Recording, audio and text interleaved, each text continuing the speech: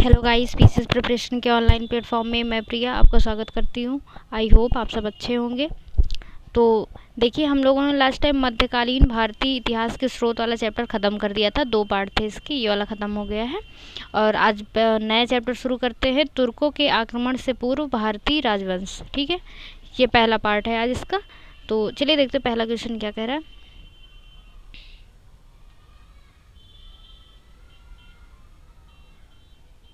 देखिए, लिखा हुआ है कि भारत के इतिहास के संदर्भ में निम्नलिखित युग्मों पर विचार कीजिए। पहला शब्द है और इसका विवरण क्या है, इस शब्द का मतलब क्या है वो दिया हुआ है। लिखा है एरीपत्ती। एरीपत्ती, इसका मतलब होता है कि भूमि जिससे मिलने वाला राजस्व अलग से ग्राम जलाशय के रख रखाव के लिए निर्धारित कर दिया जाता था। ये वाला हमारा सही हो जाता है। दूसरा है तनियूर। ये एक वर्ड आया है, इसका मतलब है एक अकेले ब्राह्मण अथवा एक ब्राह्मण समूह को दान दिए गए ग्राम। देखिए, ये हमारा गलत हो जाता है।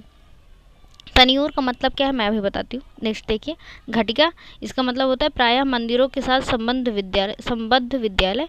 तो ये वाला हमारा सही हो जाता है। पहला और तीसरा सही है, तो आपका डी राइट आंसर हो जाएगा। ठीक है, देखिए तनियूर एक वर्ड आया है। तनियूर, इसका मतलब होता है,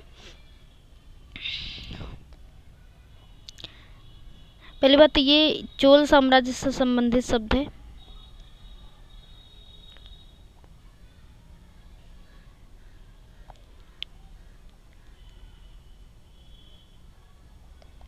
संबंधित शब्द है और ये ना एक गांव की स्वशासित इकाई है। मतलब तैन्यूर मतलब गांव की स्वशासित हिस्सा है, इकाई। ठीक है, और प्रत्येक गांव मिलकर एक कुर्रम का निर्माण करते थे। जो जैसे ये गांव की एक स्वशा यार क्या बोलते हैं इसको, स्वशासित स्वशासित इकाई है। और जैसे ढेर सारे गांव मिलके क्या बनाते हैं, कई गांव मिलकर क्या बनाते हैं, कोर्रम का निर्माण करते हैं। कोर्रम को क्या बोलते हैं, नाडू भी बोलते हैं। इसका निर्माण करते हैं। ठीक है, तन्यूर एक बड़ा गांव ही था। तन्यूर क्या है, बड़ा गांव। ये बड़ा गांव है एक, और ये मतलब इतना बड़ा था कि ये इतना बड़ा था कि अकेले ही एक कुर्रम का निर्माण कर दे। कुर्रम निर्माण करते अकेले ही, इतना बड़ा ये गांव था। ठीक है, तो तन्यूर क्या है, एक बड़ा गांव है, चोल साम्राज्य से संबंधित एक बड़ा गांव है। ठीक है, समझ में आया। और इससे संबंधित मैंने सारी चीज़ें बता दी। दूसरा क्वेश्चन देखते हैं। ये देखिए, कह रहा है ये इस क्वेश्चन में कि 7वीं सदी के दक्षिण भारत के राज्यों के संदर्भ में निम्नलिखित कथनों पर विचार कीजिए। देखिए, इसमें दिया हुआ है कि यह कांची के पल्लव बादामी के चालुक्य जैसे प्रमुख राज्य का उदय हुआ। यहाँ कांची के पल्लव बादामी के चालुक्य जैसे प्रमुख राज्यों का उदय हुआ, ये सही है। दूसरा है कि दक्षिण के प्रदेशों में द्वितीय ऐतिहासिक चरण में व्यापार और नगरों का ऐश्वर्य बढ़ा। देखिए, हमारा ये ऑप्शन गलत हो जाता है। ठीक है, यहाँ पर ना इस टाइम पीरियड पे जो कह रहा है कि नगरों का ऐश्वर्य बढ़ा, तो देखिए यहाँ पर व्यापार, नगर और मुद्रा, इन तीनों का क्या हुआ, ह्रास हुआ इस टाइम पे बहुत ज़्यादा।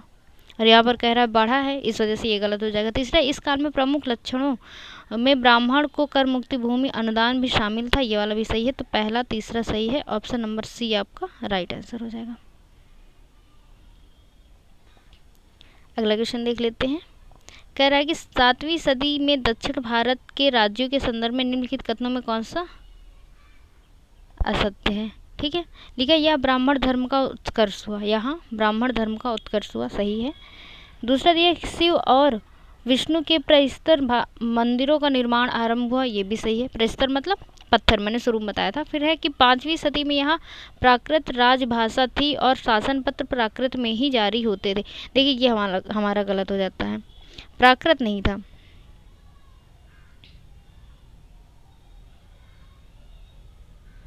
संस्कृत था। संस्कृत को राजभाषा मान लिया गया था। फिर है वाकाटकों का राज्य उत्तरी महाराष्ट्र और विदर्भ था, ये वाला भी हमारा सही है। तो इसमें का राइट आंसर जो हो जाएगा सी आपका राइट आंसर हो जाएगा। ठीक है, अगला देख लेते हैं। देखिए कह रहा है सातवाहन के बाद दक्कन में स्थापित राजवंशों के संदर्भ में निम्नलिखित कथनों पर विचार कीजिए। पहला, पश्चिमी दक्कन में पल्लव राजा ने सत्ता स्थापित की जिसकी राजधानी कांची थी।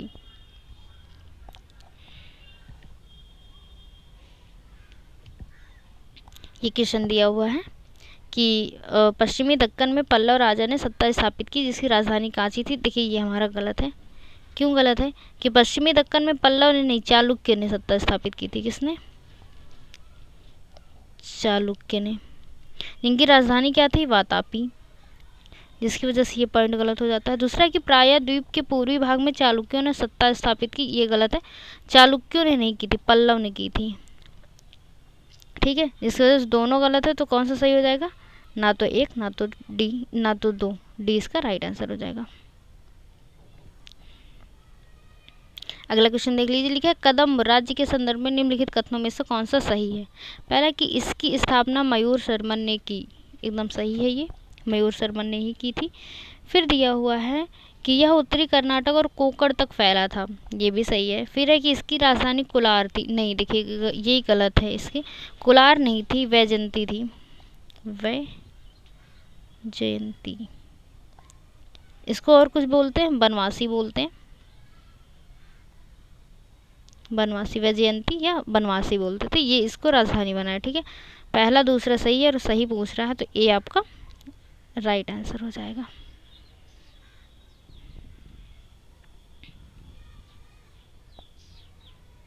देखिए कह रहा है निम्नलिखित में से किस राजवंश ने दक्षिण कर्नाटक में अपने राज्य की स्थापना की?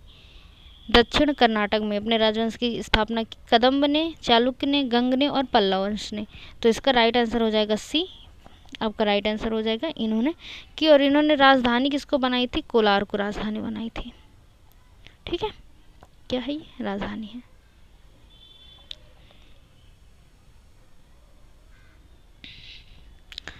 अगला क्वेश्चन दिया हुआ कि चालुक्य राजा पुलकेशिन द्वितीय के संदर्भ में निम्नलिखित कथनों पर विचार कीजिए।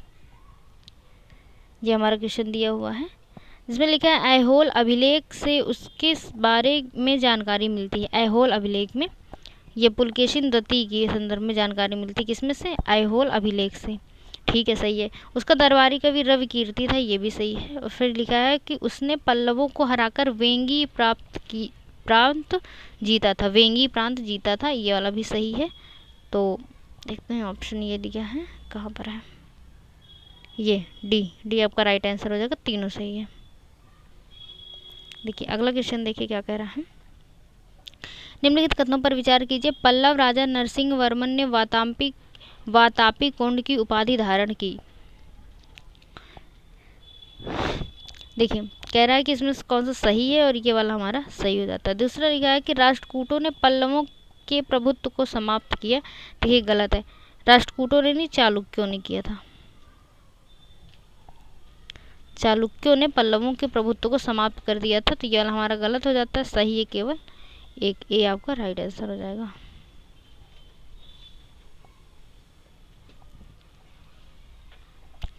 फिर अगला दिया हुआ है कि 6वीं से 8वीं सदी के बीच दक्षिण भारत में धर्म के संदर्भ में निम्नलिखित कथनों में से कौन सा सही है? तो ठीक है, देखते हैं। लिखा हुआ है कि विष्णु और शिव लोकप्रिय देवता बन गए थे, है ना? ये वाला हमारा सही हो जाता है, विष्णु और शिव लोकप्रिय देवता बन गए थे। अगला है कि पल्लव राजाओं ने आराध्य देवताओं की प्रतिमा स्थापना के लिए मंदिरों का निर्माण करवाया, ये वाला भी हमारा सही है। फिर पुलकेशिन द्वितीय ने मामल्लपुरम की स्थापना की। देखिए ये गलत है, पुलकेशिन द्वितीय ने नहीं करवाया था, इसको करवाया था नरसिंह वर्मन ने करवाया था।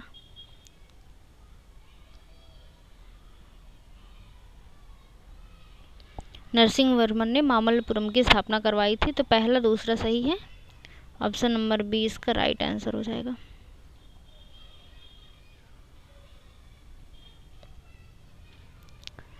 देखिए लिखा हुआ, किस मध्यकालीन साम्राज्य ने आर्थिक तथा सांस्कृतिक क्षेत्र में उत्तर और दक्षिण के बीच सेतु का काम किया?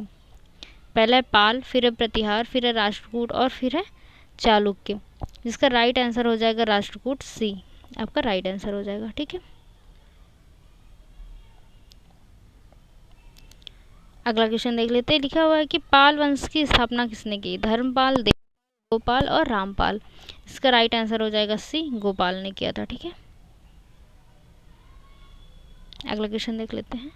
छोटा क्वेश्चन कह रहे निम्नलिखित कथनों पर विचार कीजिए, और पहला ऑप्शन दिया हुआ है कि धर्मपाल को ध्रुव राष्ट्रकूट ने पराजित किया था, सही है। फिर है कि ध्रुव ने प्रतिहारों को भी पराजित किया था, ये भी सही है। सी आपका राइट आंसर हो जाएगा, एक और दो दोनों। देखिए अगला क्वेश्चन देख लीजिए। कह रहा है कि अरब व्यापारी सुलेमान ने किस स्थान को रुहमा कहा? अरब व्यापारी सुलेमान ने किस राज्य को रुहमा कहा? पाल, प्रतिहार, राष्ट्रकूट और चोल। तो इसका राइट आंसर हो जाएगा पाल, ए आपका राइट आंसर हो जाएगा। ठीक है, पाल को कहा था। अगला देख लीजिए। देखिए क्या कह रहा है कि संतरक्षित और दीपांकर अतिश कौन थे? तो ये कौन थे? बौद्ध विद्वान, जैन विद्वान, हिंदू विद्वान और इनमें से कोई नहीं। तो ए आपका राइट आंसर हो जाएगा, बौद्ध विद्वान थे। देखिए पाल शासक, ये लोग पहली बात, ये जो संतरक्षित और दीपांकर ये लोग रहते कहाँ थे? ये लोग रहते थे तिब्बत में, तिब्बत में रहते थे। और जो पाल शासक थे, पाल शासक का उनका इनसे ना खूब जमता था, मतलब अच्छी घनिष्ठ सांस्कृतिक संबंध थे इनसे। ठीक है, तो इन्होंने भारत में इन दोनों को बुलाया था। किसने? पाल राजा ने भारत में बुलाया था ताकि ये बौद्ध धर्म का प्रचार कर सके, और इन्होंने नए तरीके से बौद्ध धर्म का प्रचार किया था, नए तरीके से बौद्ध धर्म का प्रचार किया था, इसीलिए इन्हें बुलाया ही गया था। अगला क्वेश्चन देख लेते हैं। देखिए कह रहा है कि निम्नलिखित कथनों पर विचार कीजिए।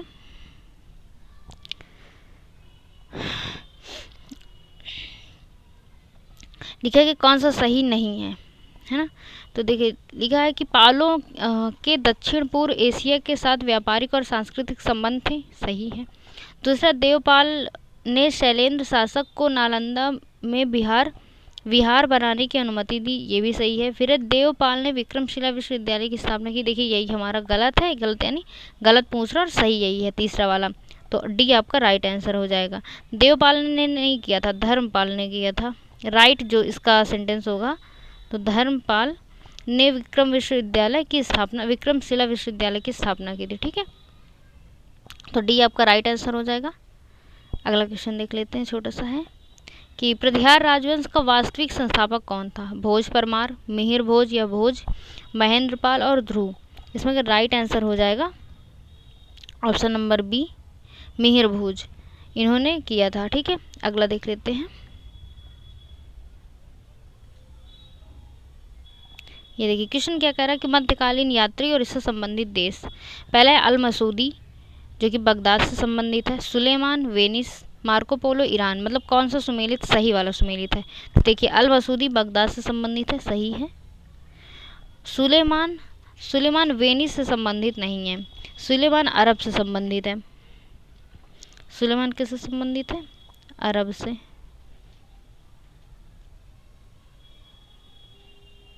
और मार्को पोलो ये वेनिस से संबंधित है। तो देखिए ये दोनों तो संबंधित है नहीं, पहला बस संबंधित है, तो केवल एक इसका राइट आंसर हो जाएगा, ए आपका राइट आंसर हो जाएगा, केवल एक। ठीक है, तो चलिए आज की क्लास यही ख़त्म करते हैं।